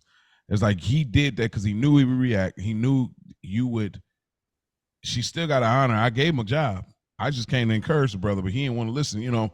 And this whole thing, and I think also, oh, he can't keep a job, and he still makes himself look better in Bird's eyes. I think that was all intentional. Like he was very snakish, and I think that this time watching, I said, oh no, he did it on purpose. Like, what business do you have coming and showing up? And then, like, bro, the way Lim was looking at him and the way the camera zoomed in, bro, that is a classic moment. Like, yeah, man, you know what I'm saying, man? I'm thinking one day you know what I'm saying, can find your way up, brother, because. And they just zooming in on this man's lips, bro. Like, oh my gosh, bro. You know, Bird. She was young and dumb. First of all, let's run down the list, shall we? You married an ex-con. You knew that. You already knew that before you married him. However, he should have told her immediately that he got fired instead of, you know, letting her find out the way that she did. However, Bird, Samuel inviting him into your salon, trying to butter him up and all of that, accepting gifts from him, accepting a date from him, having him help get your man a job and then lying to your man about it, all completely out of pocket. Like the way he flipped out on her, now I don't condone any type of violence towards women. And he wasn't necessarily, you know, he didn't hit her, but it was still a little bit much. But my God, what exactly do you expect? How do you expect someone to react? Because as a woman, how would you react? Like, how would you feel? That probably made him feel not only emasculated, but humiliated. Just all of the aids. He probably felt just like. Listen, with the exception of the physical part, that reaction was the perfect reaction for Mekhi Phifer. Like him going through it and piecing it together. Like obviously, hitting Samuel and then breaking the door and coming like, bro, like that. Sometimes you watch films like y'all said in the early part of it, where the wedding was like, bro, that reaction ain't good enough. Like when chick is doing that, like she did, like that ain't good enough. You know what I mean? But when he reacted like that, again, with the exception of getting physical and putting his hands on her, like that ain't the point. The don't touch me, don't freaking touch me. All that is good. It's like stay away, like bruh, that was on point because I felt where this man's coming like, bro, I'm just trying to find a way so my girl don't look down on me. She walking around the house like you said with Chanel, this and that, and she own her own business. Like I'm just trying to figure out a way. And then I'm happy I come home. I'm thinking it's it's referral from Kenny. And I'm so excited, like, yeah, babe, you know what I'm saying? Because I'm the man, like, you doing all that, and then to find out, like, yo, and then it's like, what you got to do to get this man to, and it's like, bruh, I don't think it's enough. There's just not enough grace for Lim in this film because after that, trying to like cool off, like, bro, I'm gonna just have me a couple drinks, and then Terry sends the cousins on him, and I'm glad that they didn't get to whoop him up on some Marcus Houston, uh, you got served vibe. Like I'm glad that he let them know what's up. Like, bro, stop playing with me. Like I really do this. You know what I'm saying? Like, yeah, you could die right now. Like I like the fact that he was able to get that. Unfortunately, went to jail, but I like the fact that he let them know, like, bro, I ain't that far removed. Like, what you thought this was? You calling cousins over, Terry? You don't know. You way out of you way out of line, and you way out of your territory, trying to come at a person like Lim, Van Adams or whatever. So for me, like his reaction was perfect. Like it because I was so mad too. Because I was like, I processed that too watching it. I'm like, I can't tell you how angry I would be. That might end it all. Mm-hmm. I ain't gonna even lie. That might end. That might be the end. That's as bad as cheating, in my opinion. Cause like, whoa. Pretty much, you are. Cause imagine the husband on the flip side doing that. Like, babe, I'm just trying to get a job. I don't know. I can't. I'm trying to do this and that. I can't. And the husband uses his ex girl that would like imagine that chick at the wedding, like, and she didn't ever seen her, and then found out got to hook up through. Man, come on, bro. And then she's in there wearing the bracelet, like wearing it in there. Badge of honor. Yo, what you doing, bro? You got that bracelet on. You should have gave that to your sister. You could, like, girl, are you nuts? That was dumb and dumber. Like, what? And then, like, say your nephew see you in here politicking with this old pretty boy. Like, out of here.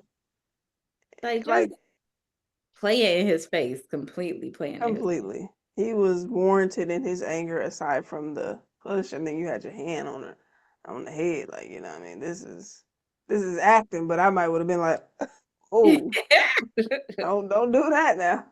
Don't touch me. My last thing that I wanted you guys' opinion, and then you guys can open up to whatever, obviously, because we didn't get into the infidelity and things like that. But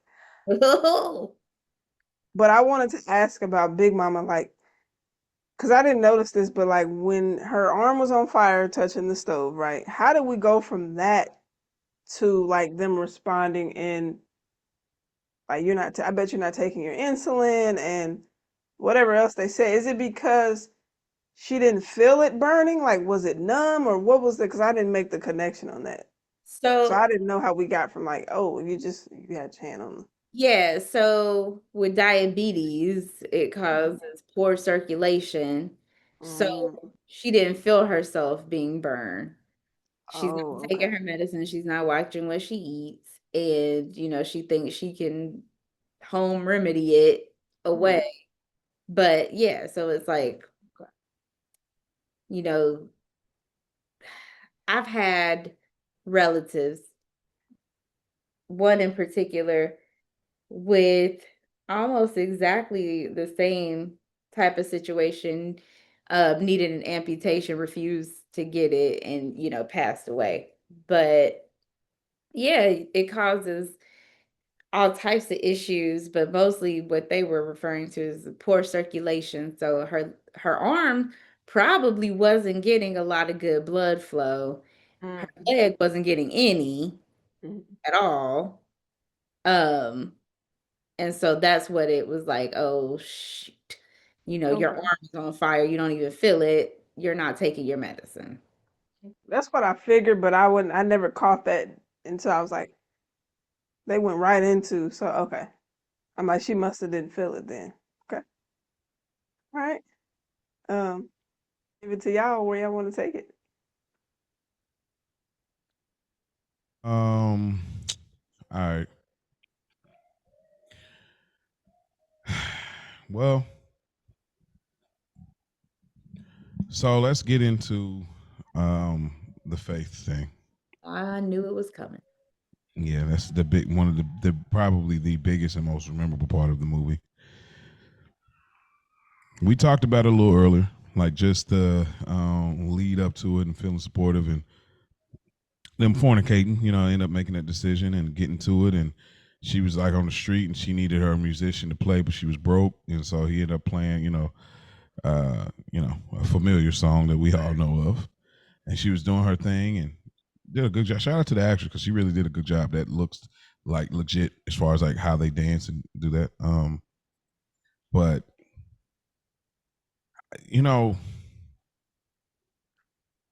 you get this idea about faith because Terry was calling her out before it got to that point. Like, how long you staying this time and what you up to this time? Like, you get this idea that Faith is a schemer.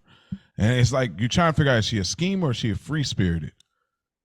You know what I mean? Like, is she a person that just don't got her life together and she just do whatever kind of, people like that, cousins, whatever. That's like they always like, oh, I'm gonna start doing this, or I'm about to do this, and then they change their mind. Oh, I'm not doing that no more. I'm doing this. Like, I don't know if she's like this free spirited person or is she just like a schemer. Like, I'm just getting over where I can because Terry was like, how much money you gonna take from Big Mama now or all that. So the only reason I bring that up is because it makes me think, okay, what was your intention from the gate meeting and seeing Miles play at the club? That's what I was trying to figure out. Like, was she being supportive? Because, I mean, we see her. She's at everything else. Like, she's at the hospital for Big Mama. She's at she's at all of the places. And I'm like, okay, it's supportive. And she's there next to, obviously, Maud. But I'm trying to figure out, like, what's her intention? Like, always, like, yo, I see yous and I want yous? Or is it like it all happened so fast type of thing? That's the part I never quite can be clear on. I think I'm trying, like, putting things in perspective. I think she probably really did just start out wanting to be supportive. Um, First mistake was, why, of all the people she could stay with, why was she staying with Terry and Miles anyway? Because mm-mm. So she's staying in their house, she's getting to know him because Terry's always working. He works less. She's a dancer, he's a musician. They discover they have things in common. She went to his little show at the club. She was with somebody because he was talking about, like, oh, I see your dude over there. And she said, my bad. Family comes first, which is sick. But I Sheesh. think after like them talking to each other, they just started to relate and notice that they had, a vibe and some things in common, and that's how that. But I got some more thoughts. I'm gonna let y'all have it. Well, you just said one thing, Ash. You can jump in. You said, why were they staying with Terry? That's my issue. Maxine she's the villain in this movie. Oh man. Mm-hmm. Because she said, "Oh, she can't stay with us. We got the kids." It's like, oh, what is your contribution, ma'am? You want to play big sis so bad, but then you don't want to contribute. This is like a little side tangent off of what you were saying. Like, why was she staying with Terry and Miles? It's like, you're like, oh, well, we ain't. What are you talking about? Anyway, go ahead, Ash. I'll get more into that in just a moment. But is there? You could have got into it. No, everything Mia said. found out they had common ground with the music, and I think it started off like completely like family based, if that's what you want, whatever. Um, only until she then went upstairs, that's when you knew you wanted to be completely out of pocket. But like going to the show, like Mia said, I think that was just, just trying to show up, be supportive. He at the house, like you said, Terry's gone. I mean, if not, she's just at the crib by herself. If she ain't doing her own, I don't know if she really had friends because she's just in and out of town so much. Obviously, she was with that dude, but we don't know where she met him from. But yeah, I think it started off supportive, and then they just started having more and more things in common, and then it was vibing out. Even the way she was laying on the floor when they were talking before he went upstairs, where her little cheeks was kind of hanging out of her laying on the floor. I'm like, you already crossed. She came in dressed like that too, like from the gate, and I'm like, that's why I was like, is she doing on purpose? Now I said, well, that kind of tracks her character. Like she just like is so free spirited. She ain't even. She's probably younger than Bird. So then that makes it like you ain't even got to the place of, oh, maybe I should cover up a little bit, even though I know I got it like that. I should. So I that's why I kind of gave some grace. I'm like, okay, But what you said before we get into like the Maxine, like my whole thing about her being the villain of the movie. What you say you had more about that? What more did you have about the faith? About Faith? Yeah, about the Faith and Miles and Terry. So basically, the scene from Maxine's also Ahmad was this close to seeing him in the act. He came up them stairs and was this close to catching them, and it just so happened he went the opposite way, and Terry is the one who caught them and was able to redirect him back to his parents' house where they weren't even supposed to be anymore. Now, for them to get cleaned up after just fucking in my house and then come to my sister's party and act like nothing ever happened and y'all dancing and doing the Soul Train line down my sister's house like y'all wasn't just getting it in 30 minutes ago at my house. The way my sisters and my mama would have let me stab her and came and bailed me out of jail and put some money on my books, it's not even funny. Like, as soon as they heard Faith fucked my husband, it would have took the police and the EMTs, everybody else to get everybody up off of her ass and his. And that's what the only thing, and I got it in my later section about this movie that really just irks me. I know what you're saying. I know exactly where you're going. This don't feel like everything is very accurate to Black family structure, except for the fact that wasn't nobody getting their hands put on them for some of the stuff that they was out here doing. It was a Mandela effect watching that scene because I thought Terry turned around and then she clocked her. But that didn't happen. Like I was sitting there thinking in my mind, like she turned around like, oh, and then she was gonna clocking her, but she never did. She just cried and the scene cut. But in my mind, I thought I thought she had clocked her at least, but I guess, like you said, what you said. But Ash, you wanted to get into the Maxine. Oh yeah, I was. But like you said, even when she turned around, I was like, "Get out! Like you're this close to Faith, and you're not gonna put your hands on her." She was in your house, bro. Like the knife is taken away at this point. Now we just hands, and you ain't gonna touch her. Hands and rings. Nobody. A pot, a pan. Anything. Yeah, that's crazy. Couldn't be. Yeah. But so Maxine for me is the villain of the movie. That's not a category at all. But I shout out to Vivica. She from the Nap, you know what I'm saying, from our city. But man, Maxine's character made me so mad because it's just how she carried it. And like when she make the suggestion, like I figured Terry and Miles will take care of the bills and then we'll pay y'all back. Like first off, you suggesting my finances, that had me hot already. Then we find out she stole Kenny from her. Now Kenny's wrong too. You know what I mean? Because you over here like, sis got to be with y'all because that's how it is, y'all, whatever. but like you wrong too. Y'all getting it in the whip and all of that, and so there's that. Then there's like you got the nerve to try to argue with me every time I bring up money, and you're like, oh well, you got that and this and that. When I'm taking care of Big Mama's bills, and I just gave baby sis an investment or a loan for her beauty shop, and you got the nerve to try to argue me like that. Had me hot the whole movie, because it's like, you're not even on my level, sis. Like, stop talking to me. Like, be honest, Bird above you.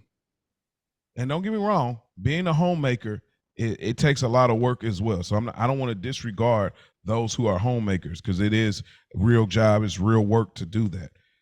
And that's another thing that don't really track. Like, he work at FedEx, bro. Like, y'all ain't, come on. But yeah, just she's the villain of the movie, because I ain't like her approach. Like, you don't have no say so to me, bro. Like, what are you talking about, dog? Like, get out of my face, Nick. Like, yeah. She had me hot. Nah, everything you said pretty much. She was so quick to put Terry in the forefront every time. Like when it came to the bread. So when Terry's like, "We're selling the house," yes, we're selling it. I mean, again, I didn't want her to anyway. It's the family home, and obviously, but I'm just saying, if you not pitching in financially or coming up with another plan that doesn't involve me taking care of the entire, we're selling it, bro. Yeah. Like, you're not coming up with anything other than, well, I figured you and Miles can pay for everything, and then we come up with some type of payment plan.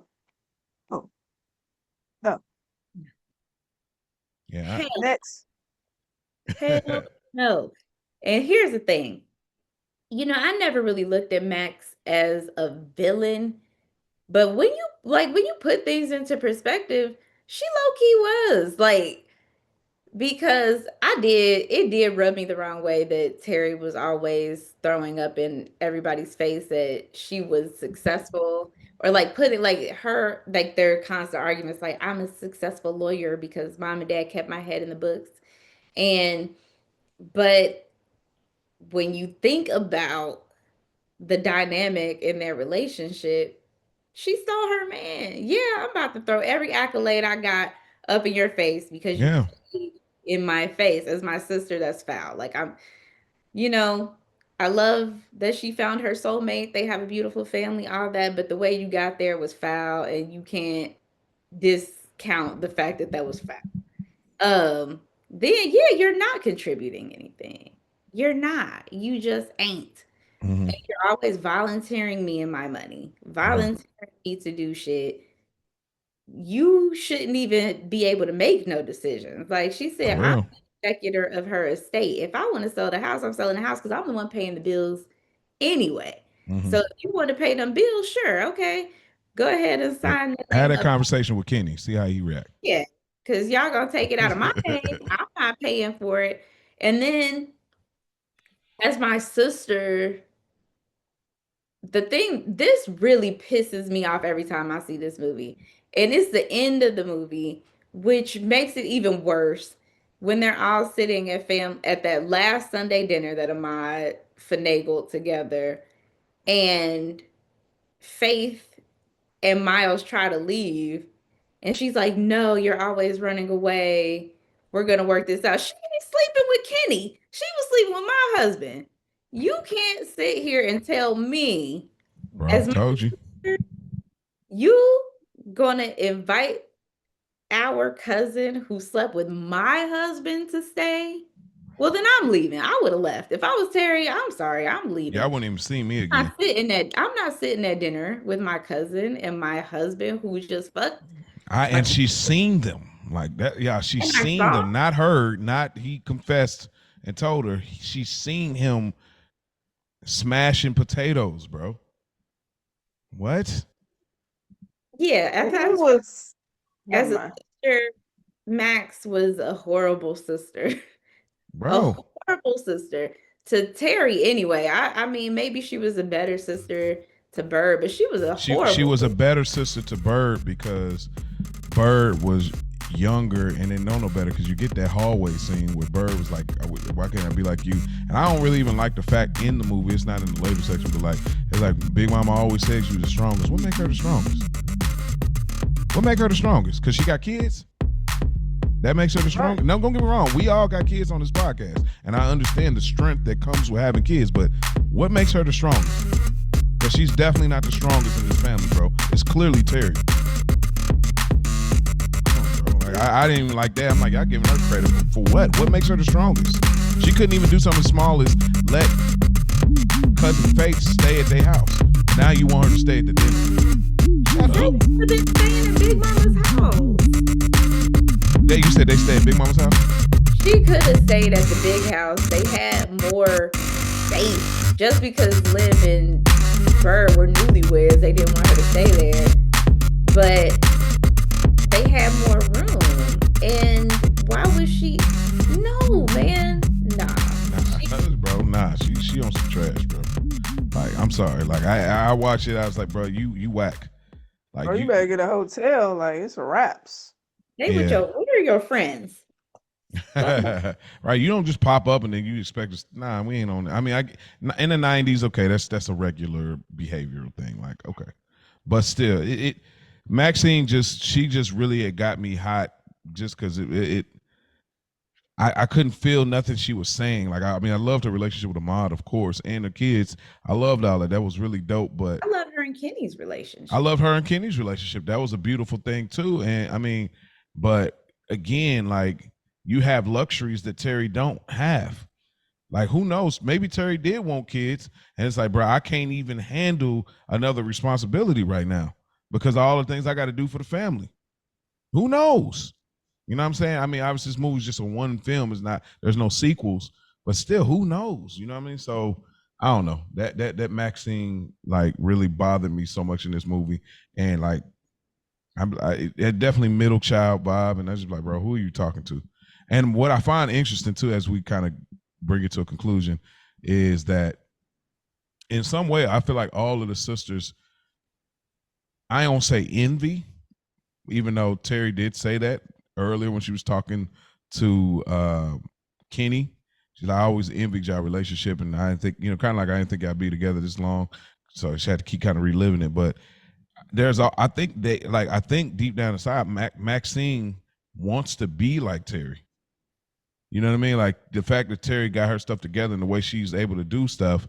And even like Maxine had said, like, I got a husband and kids, but she really, really respects Terry. She just don't know how to give it up properly. And then you see Bird wants to be like, wants to be like Maxine, like what she says in that, what I'm saying? So I think it's this interesting cycle of sisters and siblings that like respect each other. They just don't know how to show it.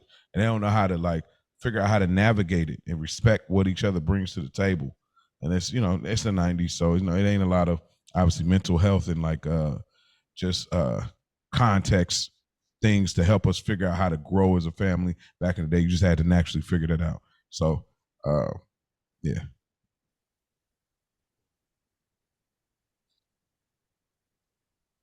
Ash, anything you want to say on the closing note as far as the I guess the last dinner, the Uncle Pete of it all, the house burning down? I don't really have any notes about that, really. Mm-hmm. Unless you guys have anything, but no, I didn't really have nothing about that. There's a part I got a later part in the section about that part, but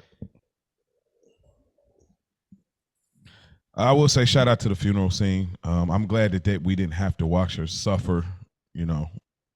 I'm glad we didn't have to watch that. That was something I appreciated a lot. Like the coffin, hey, you got to leave, and then the transition to the funeral. I'm glad that they didn't.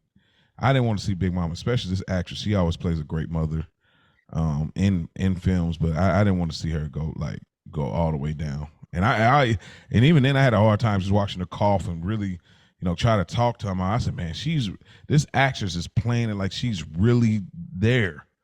So that was something I did want to acknowledge. But yeah, I guess, and that is our kind of our take on soul food. But before we get out of here, we got a few things to get into.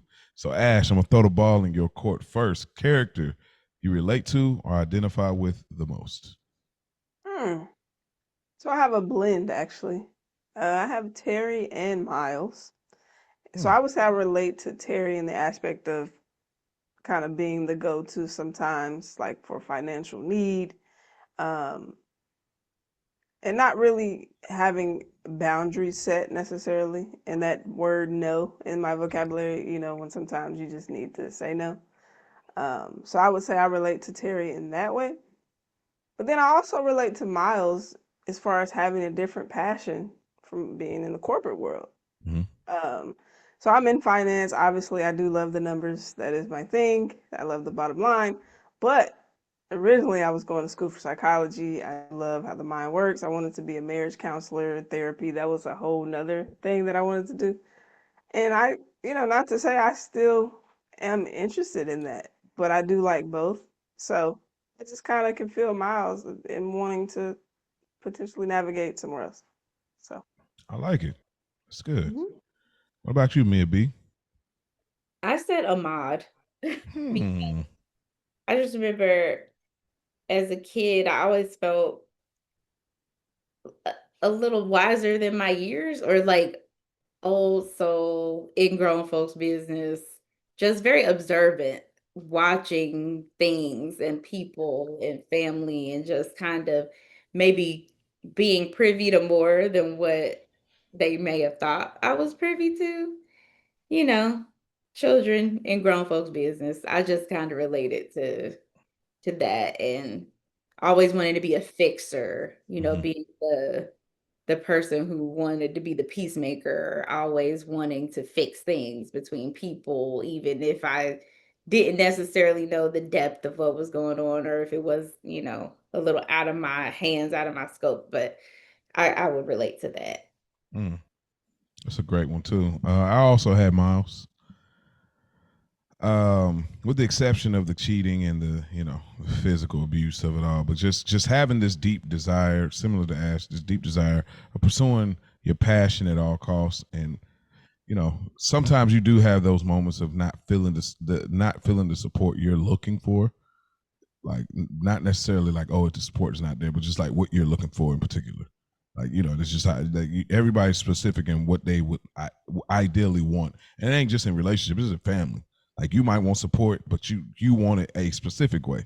You know what I mean? So what he was looking for specifically. So I definitely, I would say Miles for me, with the exception of some of the dirtball stuff he did in this movie. Get to stepping. Character you could do without.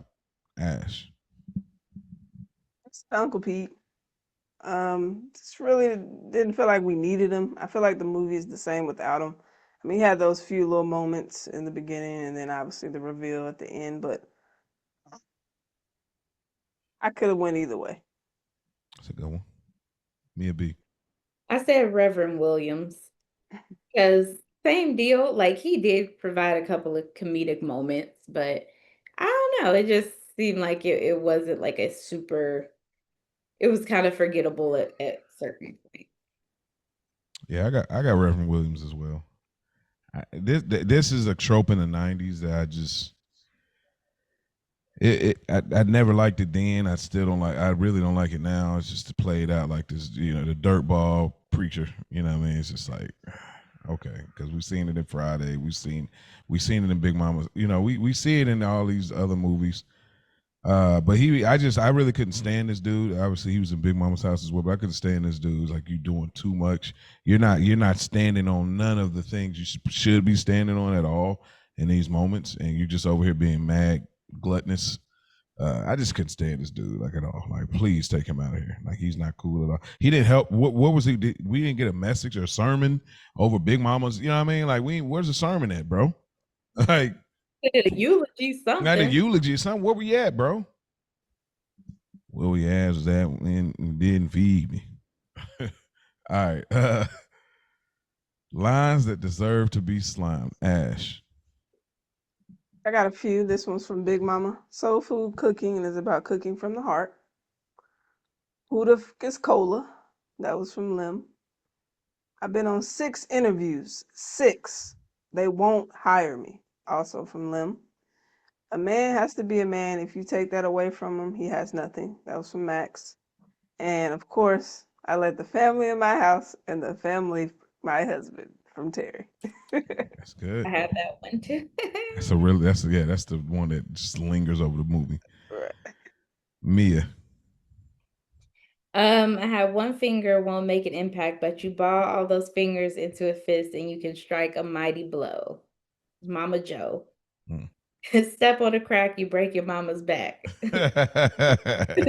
Then, Crickets. Big Mama, your arm. Because me and my friends just say that randomly. Nobody's cutting off my leg, and that's that. You can forget Cutting my about the knee. job, motherfucker.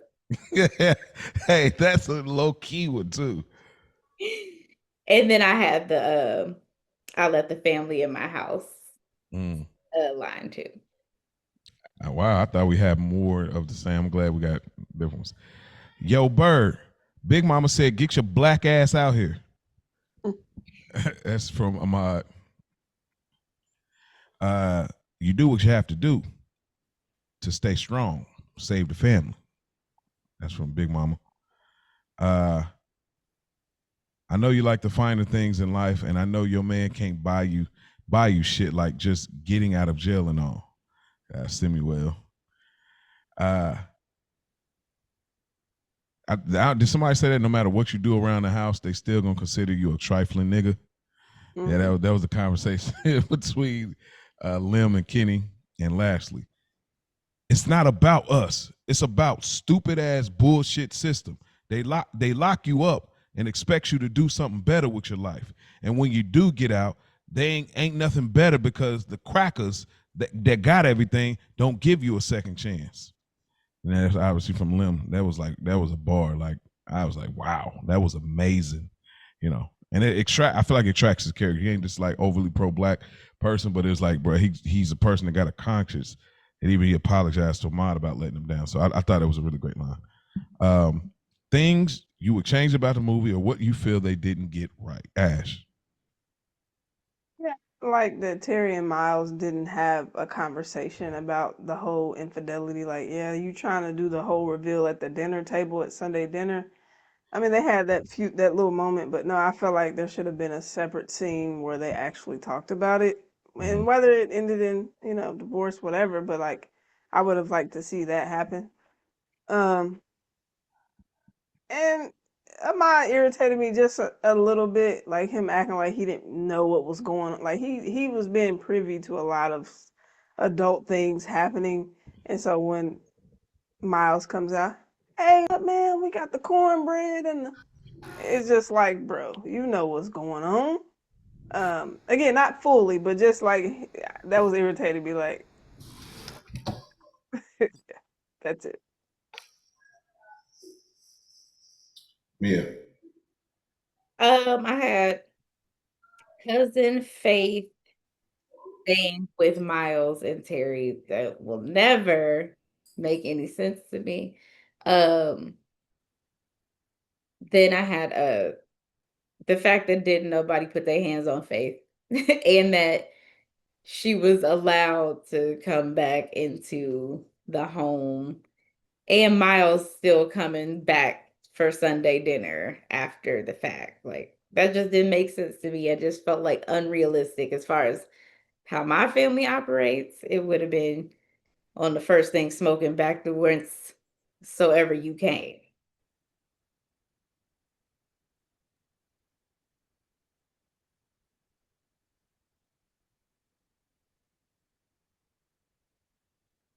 You're on mute, bro. From you, sir. Can y'all hear me? Yeah. Okay, my mic acting crazy. They call her Bird because she used to be skinny. That's super whack line. Like, what? Why did y'all even? Like, that was a terrible line. I was way more upset than I should have been just hearing it. That was so stupid. Faith should have never been like the inviting Faith back. That don't track. Don't track at all. Like Faith coming back, it don't track at all.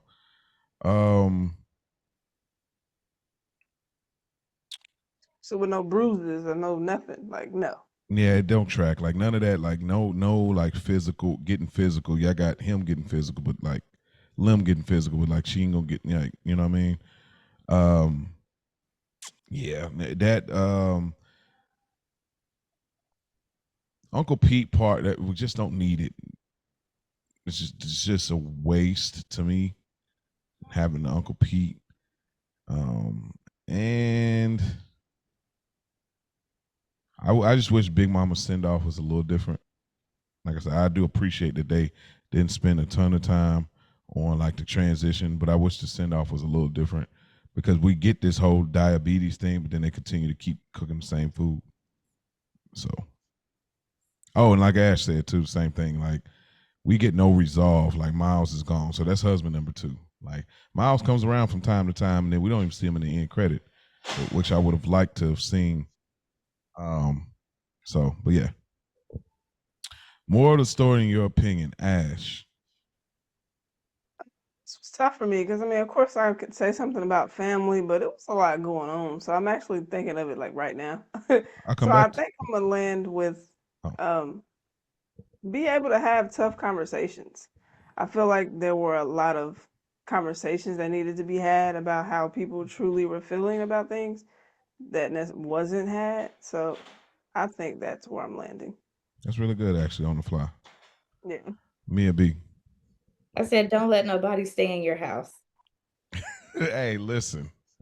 That's a real statement, right? That sounds like a Mo statement, to be honest.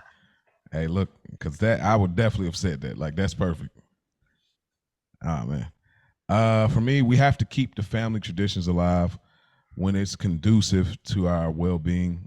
All families have problems, but at some point, the ones you love the most will take their last breath. And what are you going to do about that? And that's the thing that we can sit around where things ain't. We can sit and complain. Oh, things ain't like they used to be. I remember back in the day they should do this. They used to do. Hey, look, it's on us now. What are you going to do about it? What's up now? Like that's what I live by. What's up now?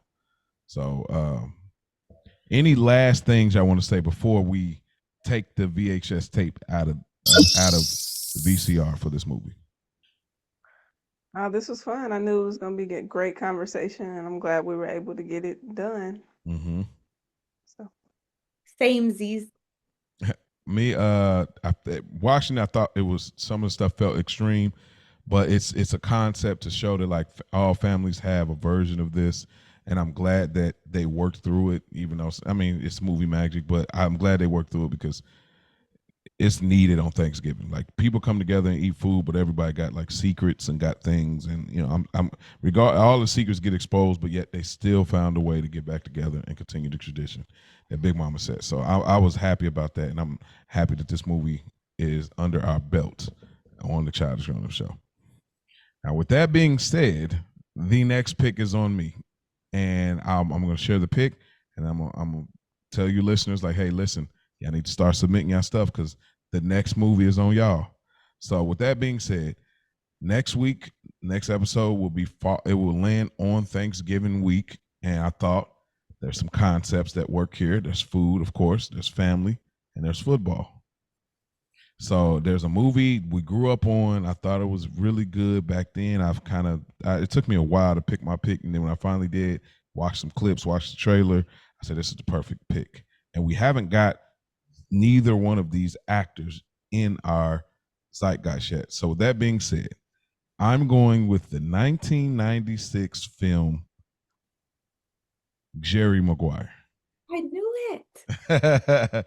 We ain't got a Tom Cruise film, and this is a very different style of Tom Cruise versus all of his action film. And then Cuba Gooding Jr., one of my favorite performances, and it's very family oriented. And of course, football is a popular thing around Thanksgiving and all that. So I think we're going to have a really good time. What do y'all think about that pick and the movie before we get out of here? I'm excited about it. Good. So, hey, y'all heard it here. Jerry Maguire, that's the next movie. If y'all ain't never seen it before, this is definitely one you want to tap into. Trust me. It's Cuba in rare form. Like I don't feel like you get another performance like this in the style and what he does. So trust me. But that is our episode. Thank y'all for tuning in. Hey, listen, listeners, the next pick is the mystery pick. It is on y'all. Somebody's already submitted something, but y'all can still get in. We can randomize it. Childishgrownupps3@gmail.com.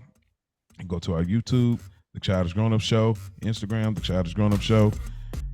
Leave an Apple review. Y'all submit your movie. Y'all want us to talk about it. This is your time. If not, somebody else gonna get picked, and we don't have to wait until we do our next rotation. So, thank y'all. We got to get in. It's time to do what we do. The street lights is coming on. Peace out.